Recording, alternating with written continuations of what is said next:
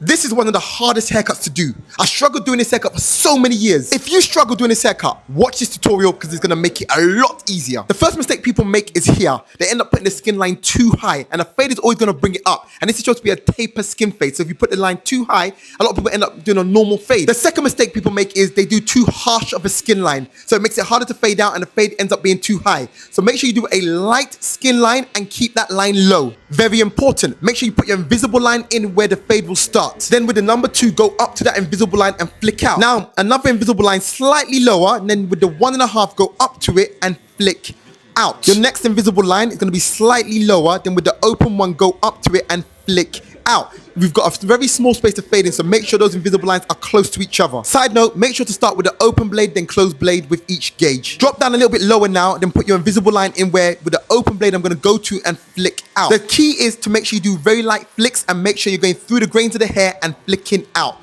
Close the lever a little bit more and just follow this process and you'll see that it fades out live on camera very easy because we didn't put in a harsh skin line, which makes the process a lot easier and quicker. The fade will need more work, but move on and go to the shape up and then come back and refine it at the end to make it smoother and cleaner. I'm doing a shape up right now, but the focus of this haircut tutorial is the fade. And I promise you, if you follow these tips, this haircut will become easier, quicker, and better. This is the refining stage where the haircut really comes to life. You're just gonna go over it with the gauges you used before and look for any dark spots that you wanna lighten up so the fade looks smoother. Now to curl king it, just wet it with water, then twist it with a sponge. But the haircut's not over. After you've curl kinged it and styled it, make sure you go over the haircut, refining it one more time, and then the haircut will be done.